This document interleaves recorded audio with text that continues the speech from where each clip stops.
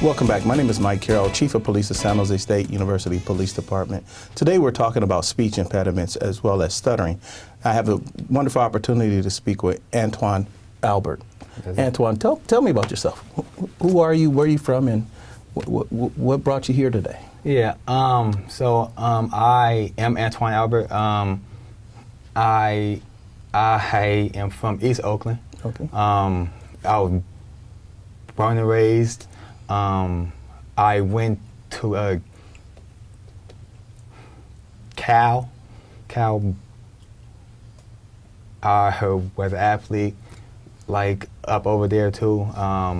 So yeah, and also Brondell and I,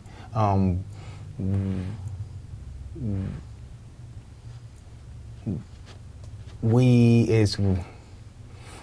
have a nonprofit, a LLC, called Beyond the Stutter. So yeah. So it's beyond the Stutter. So what is the focus of Beyond the Stutter? What was the purpose behind it?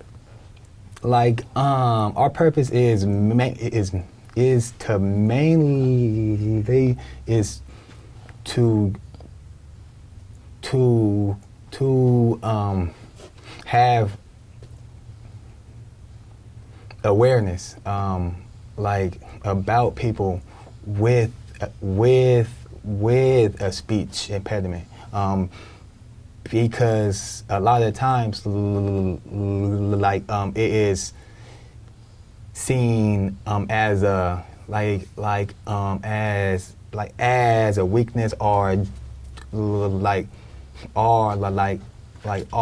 seen as unintelligence. Sure. You know, like a lot of people does not know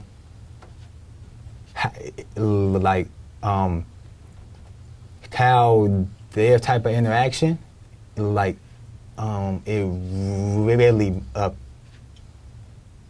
affects, the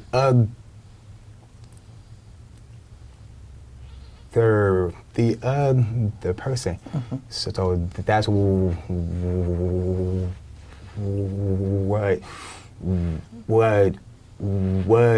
we are here for, to have that type of voice. So when you talk about the other person's interaction, describe that so that the audience could have a better understanding of what you're referencing when you say the other person's interaction. Yes. So look, it can be it's something simple as a smirk, or just seems like uninterested, or like, oh my goodness, he's taking long, or just unintentionally just not engaged. Sure. Yes. So over the years, all that starts to add up. So do you often find people trying to finish your words, finish your sentences? Yeah, all the time. And would that be considered offensive to you? It depends on how often, for one, and for two, it is if I am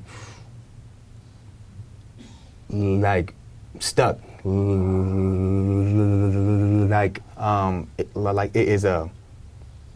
it is a block in the whole. I've been in situations where they kept on asking, like, "Oh, is it this?" Sure. I'm like, hold on, let me finish. There is a lag of empathy, and also patience. Sure.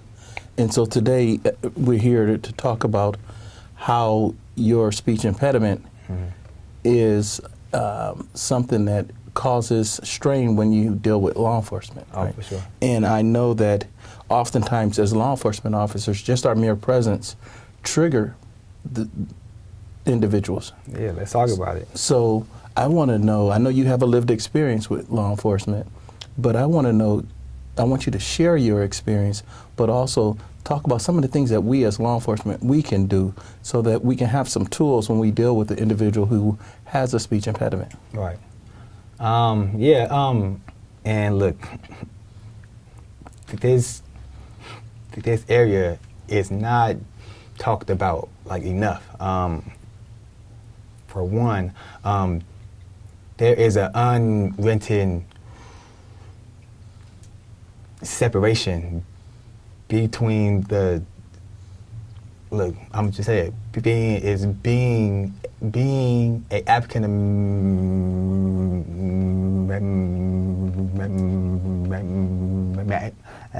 being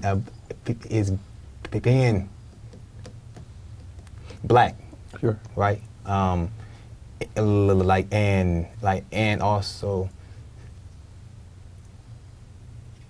seeing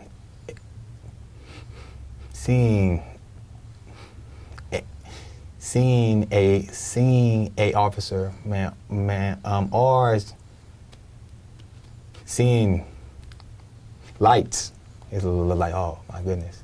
So the lights in the officer itself already trigger young black men. Yes, or like whether that you have a speech impediment or not is whether if that whether if you are just all clean. It's like, look, I ain't got anything on me. I got my car registration, I got insurance, all that, but still, it's just subconsciously is like over the years, and then we are taught to like, oh, don't talk to the police, like is danger. So a experience I had was like, I am just so I get pulled over, right? So like instantly I'm like, oh snap, like heart just start beeping, and then it brings up like my type of anxiety, it starts to rise, right? So he comes up, and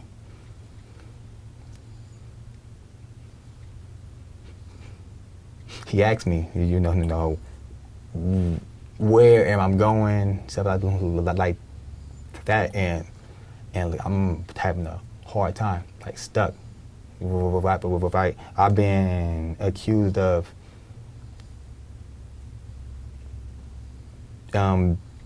having alcohol is because of like it's a stuck it is a block, right? It's a block. Eyes, it start to, it's like tight or like go this way. It's stuff that I'm not in control of, right? Sure. I and asked, yeah, we need you to step out the car. And then I do that whole lying thing, right? And like, I don't know what to call it. Well, what they call it? The field sobriety test. Yes. Sure. I'm like, look, I'm fine. It's just I have a speech impediment. But look, I don't say that because naturally, look, I tried to hide that. Look, I see it as also like no one is excited to say, "Hey, officer, look, I have a speech impediment." That is been the last thing that I'm thinking about. Like, I'm thinking about, I bet not move. So you're focused on surviving the moment. Yeah, just Okay. she just let me just do what he says, and me having a speech impediment. Look, I tend to speak with hands. I speak with hands, and which that is a no-show.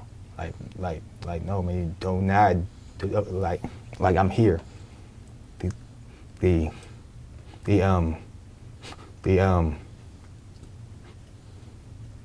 whole time. So Sure. that's just. Okay. So for law enforcement, we really need to understand that when individuals who suffer from speech impediments, they often use their hands to kind of help explain what they're saying. Yeah, exactly. But as officers, we're taught to watch the hands and be mindful of a person's hands. But that's a normal function for you because it helps you get your message across. Okay. Yeah, it helps me out just to calm myself down, not really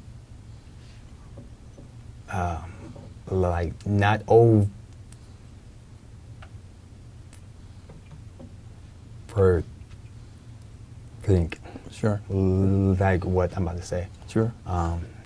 And what would you like for police officers to know when it comes to speech impediments? What would you like for us to do, and how can we use this as a teachable moment for officers? Honestly, just to make it more comfortable,